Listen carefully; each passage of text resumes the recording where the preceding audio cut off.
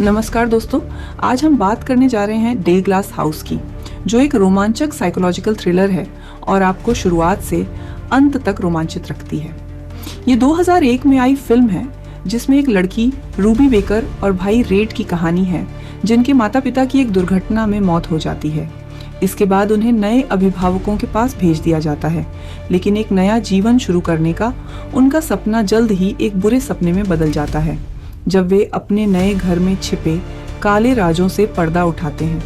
अगर आप तैयार हैं सस्पेंस, रोमांच और विश्वासघात की इस दिलचस्प कहानी के लिए, तो हमारे साथ बने रहिए। चलिए डी ग्लास हाउस में उतरते हैं।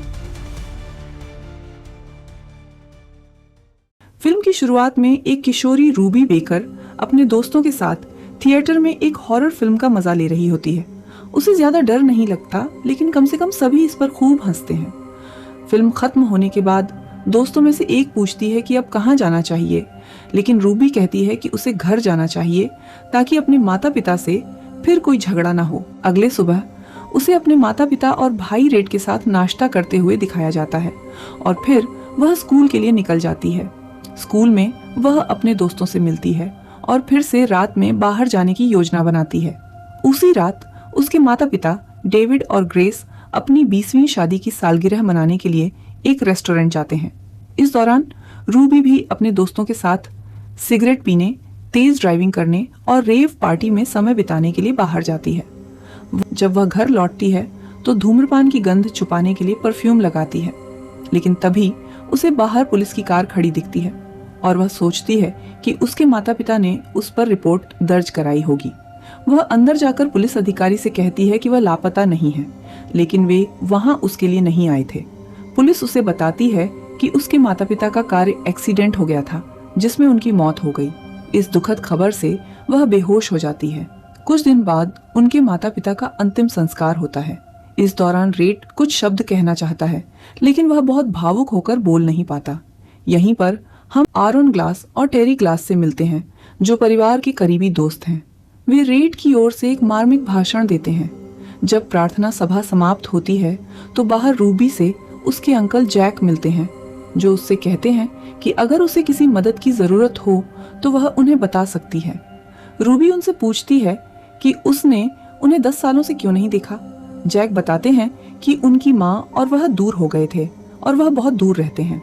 रूबी इस पर ज्यादा ध्यान नहीं देती और उन्हें धन्यवाद देकर घर चली जाती है। घर पर एक घरेलू शोक सभा रखी गई होती है। वहां भीड़ होती है, इसलिए रूबी रसोई में अकेले कुछ समय बिताने के लिए जाती है, लेकिन वहां उसे परिवार के वकील एल्विन बेगलेटर मिलते हैं।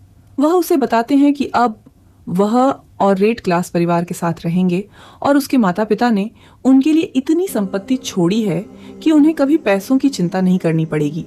बेगलेटर रूबी को अपना कार्ड देते हैं और कमरे से निकल जाते हैं। तभी ग्लास दंपत्ति कमरे में आकर रूबी को गले लगाकर उसे सांत्वना देते हैं। कुछ दिन बाद रेड और रूबी अपना खाली घर छोड़कर मालिबू में आरोन और टेरी के साथ रहने जाते हैं। जब वे वहां पहुंचते हैं तो उन्हें देखकर हैरानी होती है कि घर बहुत बड़ा है और अधिकतर कांच से बना है।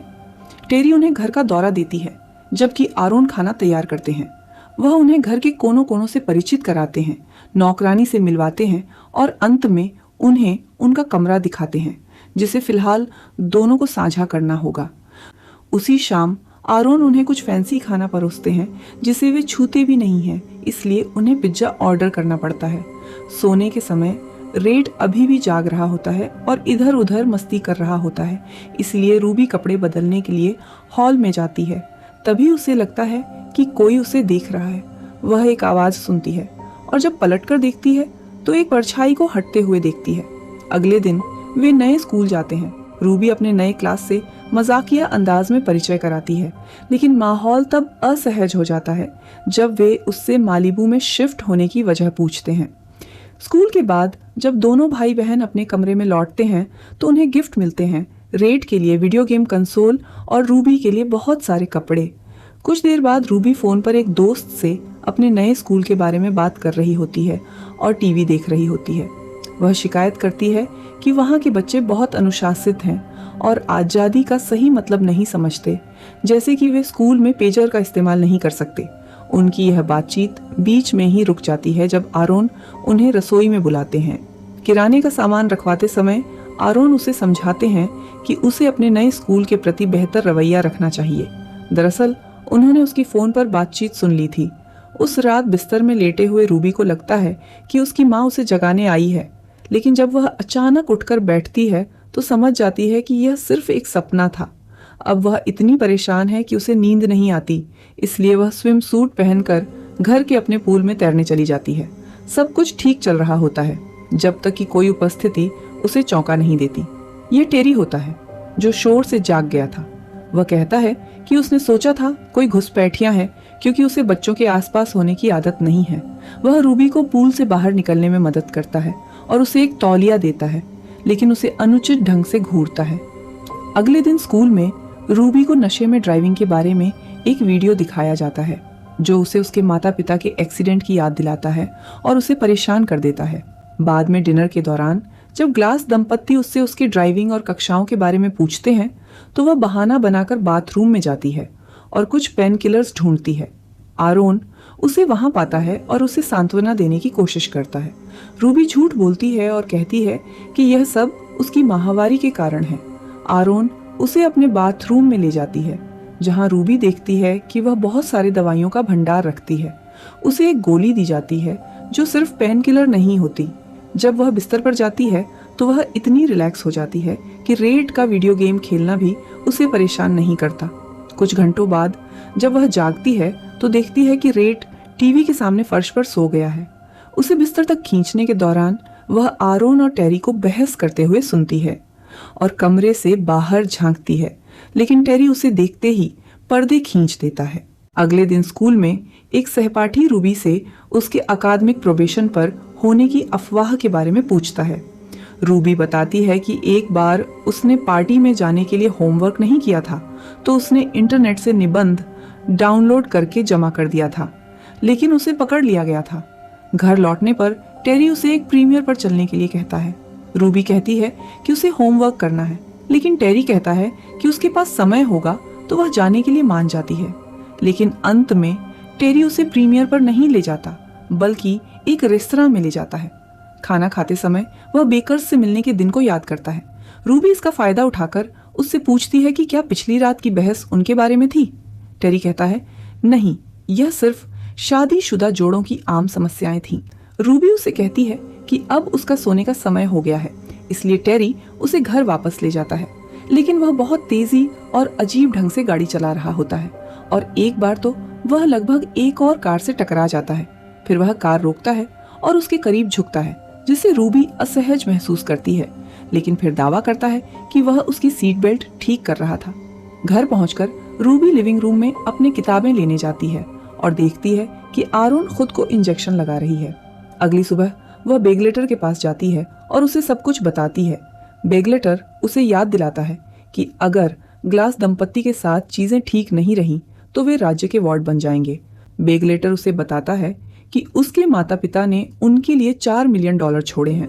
रूबी के जाने के बाद वह फोन पर कॉल करता है। रात के खाने के बाद ग्लास दंपत्ति रेड को भेज देते हैं ताकि वे रूबी से बात कर सकें। वे उसे बताते हैं कि उसने पिछली रात जो देखा वह दरअसल आरोन को उसके डायबिटीज के लिए इंसुलिन इंजेक्शन लगा रही थी। वे यह भी कहते हैं कि उसने टेरी के आसपास डर क्यों महसूस किया। अगले दिन रूबी को ड्राइविंग स्कूल से लेने के लिए कोई नहीं आता तो वह खुद पैदल GTX टेरर की कंपनी तक जाती है। वहां के रिसेप्शनिस्ट उसे प्रतीक्षा कक्ष में बैठने के लिए कहता है, जहां रूबी देखती है कि टेरी को कुछ लोन शार्क धमका रहे हैं जिनसे उसने पैसे उधार लिए हैं। टेरी के कांच की दीवार पर हिंसक ढंग से धक्का खाने के बाद रूबी डर जाती है। उस रात वह देखती है कि टेरी घर के अलार्म का कोड डालता है और वह चुपके से नंबर नोट कर लेती है। कुछ घंटों बाद वह होमवर्क करने का बहाना बनाकर कंप्यूटर पर अपने माता पिता के एक्सीडेंट के बारे में लेख देखती है जिसमें गलत कार का जिक्र होता है। वह बेगलेटर को एक ईमेल भेजती है जिसमें वह इसके बारे में पूछती है, लेकिन बहुत परेशान होकर बीच में ही सो जाती है और टेरी उसे कंप्यूटर पर अधूरी एस्से के साथ पाता है और मुस्कुराता है। अगले दिन उसे सोशल सर्विस के एक निरीक्षक के साथ बैठक के लिए बुलाया जाता है। रूबी उसे घर के बारे में सारी अजीब चीजें बताती है, लेकिन वह इस बात को लेकर चिंतित है कि यह जांच उसे परेशानी में डाल सकती है। 2 दिन बाद एजेंट घर पहुंचती है, लेकिन ग्लास दंपत्ति पूरी तैयारी के साथ होते हैं।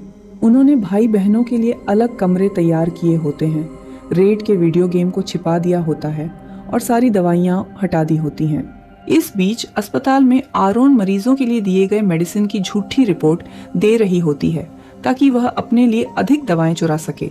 फार्मेसी से उसकी बातचीत उस समय बाधित होती है जब उसे मेडिकल डायरेक्टर से मिलने के लिए कहा जाता है।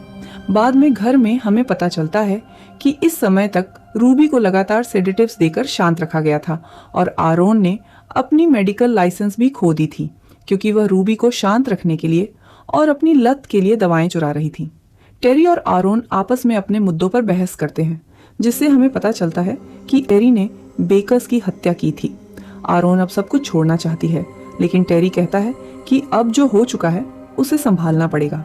अब वे रूबी से भी पीछा छुड़ाना चाहते हैं, लेकिन चूंकि आरोन के पास अब सेडेटिव नहीं है, टेरी व रेड को खींचकर वापस अंदर ले आता है, लेकिन रूबी उसे मारकर अपने भाई के साथ वहां से भाग जाती है।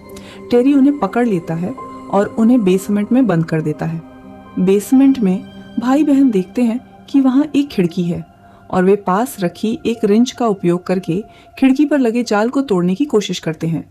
इस बीच टेरी अपनी जगुआर को खराब करने की योजना बनाता है। खिड़की से दोनों भाई बहन उसे देखते हैं और जगुआर को बाहर निकालकर उसे पार्क करते हैं ताकि वे घर में लौट सकें। इस दौरान रेड खिड़की से बाहर निकलने में सफल हो जाता है और टेरी के सोने के बाद उसकी चाबी चुरा लेता है। बाद में हमें पता चलता है कि टेरी जाग ही था और सिर्फ सोने का नाटक कर रहा था। बच्चे बेसमेंट छोड़ते हैं और टेरी को काउच पर सोते हुए देखते हैं।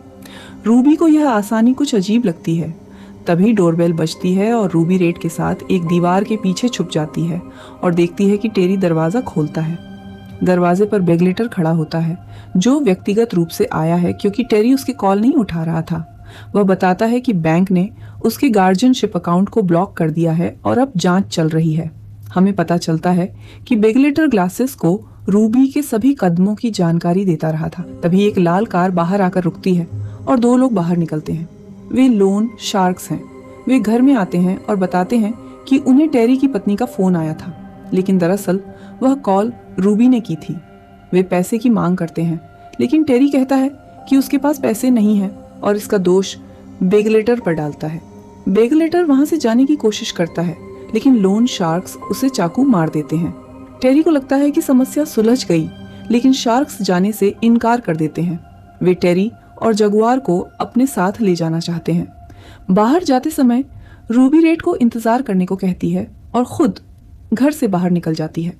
टेरी लोन शार्क्स को वोल्वो ले जाने के लिए मना लेता है, लेकिन जब वे गैराज खोलते हैं तो देखते हैं कि वोल्वो के टायर काट दिए गए हैं। टेरी घबरा जाता है और शार्क्स उसके मुंह पर भी टेप लगा देते हैं। एक शार्क लाल कार लेता है और दूसरा टेरी के साथ जगुआर में बैठता है। रूबी उन्हें ड्राइव करते हुए देखती है। उसके हाथ में एक चाकू होता है। वह वही थी जिसने टायर काटे थे। रास्ते में जगुआर का नियंत्रण बिगड़ जाता है और वह लाल कार से टकराकर उसे ट्रक से टकराने पर मजबूर कर देता है। कुछ और कारों को चकमा देने के बाद जगुआर भी सड़क से उतरकर दुर्घटनाग्रस्त हो जाता है। कुछ समय बाद हम भाई बहन को हाथ में हाथ लिए सड़क पर चलते हुए देखते हैं। एक पुलिस कार उनके पास रुकती है और अधिकारी उन्हें मदद के लिए अंदर बैठने के लिए कहता है। वे अंदर बैठ जाते हैं। कुछ समय बाद वे उस दुर्घटना स्थल से गुजरते हैं जहां लाल कार को पुलिस संभाल रही होती है। वे आगे बढ़ते हैं और दूसरी दुर्घटना वाली जगह पर पहुंचते हैं। पुलिसकर्मी कार छोड़कर दुर्घटना की जांच करने जाता है, लेकिन टेरी उसे बेहोश कर देता है और उसकी बंदूक लेकर बच्चों का पीछा करता है। बच्चों को देखते ही रूबी ड्राइवर की सीट पर कूद जाती है और चाबियों की तलाश करती है। टेरी लगभग उन तक पहुंच ही जाता है जब रूबी चाबियां ढूंढ लेती है और कार को पीछे की ओर चलाना शुरू कर देती है, लेकिन अचानक रुक जाती है। रेड घबरा जाता है, जबकि रूबी को अपने माता पिता का एक्सीडेंट याद आ जाता है। वह रेड को सीट बेल्ट लगाने के लिए कहती है और खुद भी ऐसा करती है और फिर टेरी की ओर कार चलाकर उसे टक्कर मार देती है, इससे पहले कि वह उन पर गोली चला सके। बच्चे कार से बाहर निकलते हैं और गले मिलते हैं। तभी और पुलिस आकर उन्हें बचा लेती है। फिल्म का अंत उनके माता पिता की कब्र पर उनके अंकल के साथ होता है, जो उन्हें एक बेहतर जीवन देने का वादा करता है। अधिक ऐसे वीडियो देखने के लिए सब्सक्राइब करें और नोटिफिकेशन चालू करें। देखने के लिए धन्यवाद।